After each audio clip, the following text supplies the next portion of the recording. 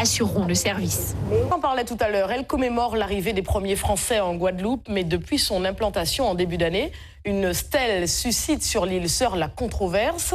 Alors que plusieurs associations haussaient le ton, l'initiateur du projet restait discret. Il est finalement sorti de son silence hier, cela n'aura pas suffi puisque la stèle a été détruite aujourd'hui. Mais retour sur ces échanges hier avec nos confrères de Guadeloupe Première.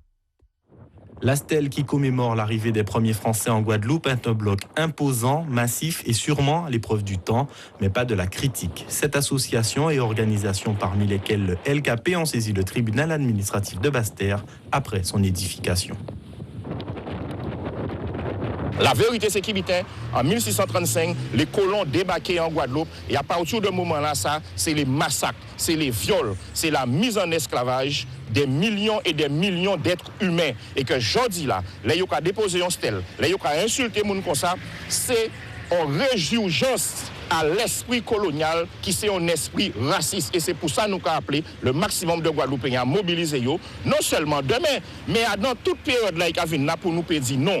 Et je dis là encore, là nous avons vrai que l'apologie de l'esclavage et de la traite négrière n'est pas condamnée par la loi française, mais c'est parce que l'État français a légitimé tout ça. Et que si pas une légitimation à l'État français, et la complicité à les parlementaires et les élus guadeloupéens, bien évidemment, eh bien, toutes ces paroles-là, nous pas Ne pas courber les chines face aux discriminations. Pourtant, selon le cercle culturel Auguste Lacour, l'ouvrage se destine à symboliser un pan de l'histoire guadeloupéenne, rien de plus.